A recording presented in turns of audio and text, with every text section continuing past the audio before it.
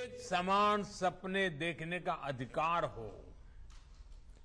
आज से कई दशक पहले उस दौर में भी उनके आंदोलनों की ताकत ये होती थी कि उनमें महिला, पुरुष, हर वर्ग, हर पंथ की सामूहिक ऊर्जा लगती थी। इसलिए आज जब हम एक भारत की बात करते हैं तो उस एक भारत का स्वरूप क्या होना चाहिए?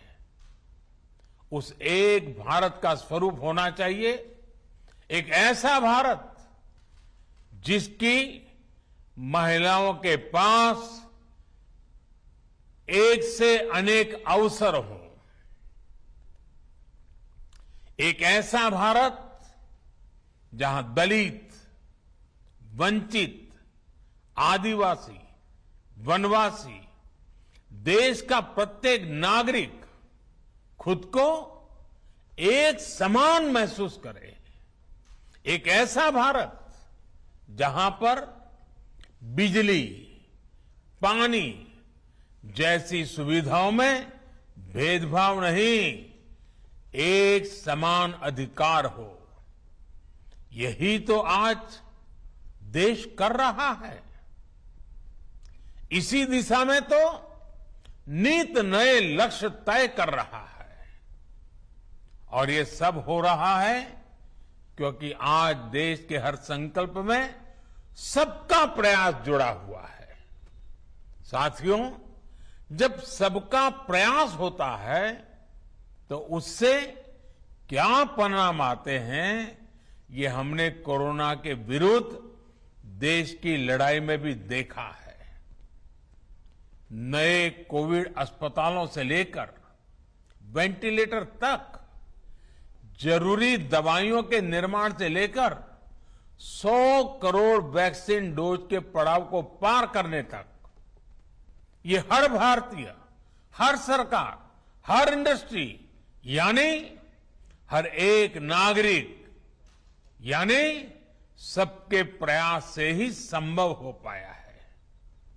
सबका प्रयास की इसी भावना को हमें अब विकास की गति का, आत्मनिर्भर भारत बनाने का एक मजबूत आधार बनाना है। अभी हाल ही में सरकारी विभागों की साझा शक्ति को पीएम गति शक्ति नेशनल मास्टर प्लान के रूप में एक प्लेटफॉर्म पर लाया गया है।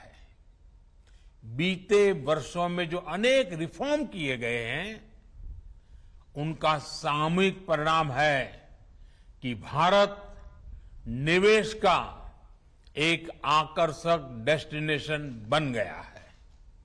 भाइयों और बहनों, सरकार के साथ साथ समाज की गति शक्ति अगर ये जुड़ जाए तो बड़े से बड़े संकल्पों की सिद्धि कठिन नहीं है, सब कुछ मुमकिन है। और इसलिए आज जरूरी है कि जब भी हम कोई काम करें तो ये जरूर सोचें कि उसका हमारे व्यापक राष्ट्रीय लक्ष्यों पर क्या असर पड़ेगा। जैसे स्कूल कॉलेज में पढ़ाई करने वाला युवा एक लक्ष्य लेकर चले कि वो किस सेक्टर में क्या नया इनोवेशन कर सकता है। सफलता असफलता अपनी जगह पर है, लेकिन कोशिश बहुत जरूरी है। इसी प्रकार जब हम बाजार में खरीदारी करते हैं तो अपनी पसंद नापसंद के साथ साथ ये भी देखें कि क्या हम उससे आत्मनिर्भर भारत में सहयोग कर रहे हैं या हम उसे उल्टा कर रहे हैं। भारत की इंडस्ट्री भी विदेशी रॉ मटेरियल या कंपोनेंट्स पर निर्भरता के लक्ष्य तय कर सकती है। हमारे किसान भी देश की आवश्यकताओं के अनुसार नई खेती और नई फसलों को अपनाकर आत्मनिर्भर भारत में भागीदारी मजबूत कर सकते हैं। हमारी सहकारी संस्थाएं भी देश के छोटे किसानों को मजबूत करें। हम जितना ज्यादा ध्यान हमारे छोटे किसानों के ऊपर केंद्रित करेंगे, उनकी भलाई के लिए आगे आएंगे, गांव के अत्यंत दूर दूर के स्थानों तक हम एक नया विश्वास पैदा कर पाएंगे और हमें इसी दिशा में संकल्प लेने के लिए आगे आना है। साथियों, ये बातें सामान्य लग सकती हैं, लेकिन इनके परिणाम अभूतपूर्व होंगे।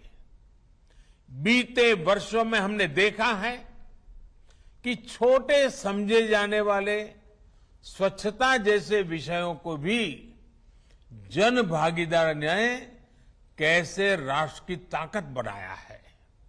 एक नागरिक के तौर पर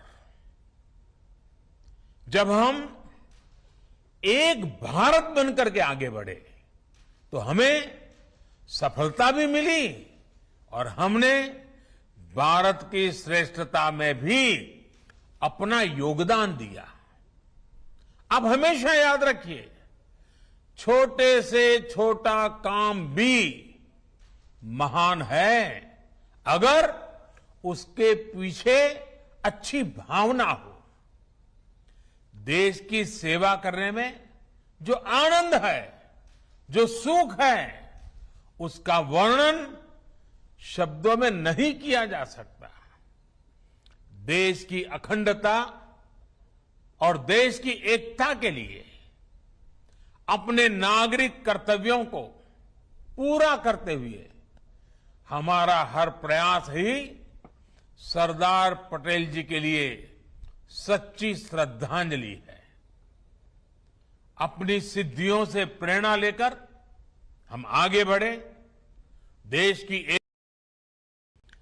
की श्रेष्ठता को नई ऊंचाई दे।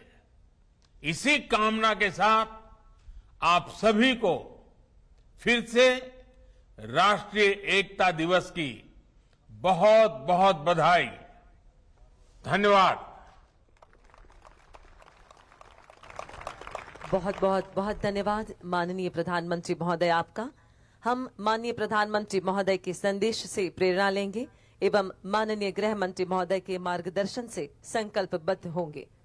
माननीय गृह मंत्री महोदय की गरिमामय उपस्थिति के लिए सहृदय आभार व्यक्त करते हैं। नाज़रीन, आपको दिखा रहे हैं कि वज़ीर-ए-आज़म नरेंद्र मोदी ने कौमी एकता दिवस पर खिताब करते हुए सरदार वल्लभ भाई पटेल की मुल्क के लिए खिदमात को याद किया। हम आपको बताएं कि खास तकरीब का इनेकाद किया गया है और ऐसे अहम मौके पर मरकजी वज़ीर दाखिला अमित शाह भी वहां पर मौजूद हैं, जो कि स्टैच्यू ऑफ यूनिटी पर एकता परेड में उन्होंने हिस्सा लिया है और मुल्क की सालमियत को बरकरार रखने के लिए सरदार वल्लभ भाई पटेल की दूरंदेशी का हवाला देते हुए वहां पर उन्होंने खिताब किया। लगातार इस बेहद अहम खबर पर हमारी नजर बनी हुई है। फिलहाल एक छोटा सा ब्रेक।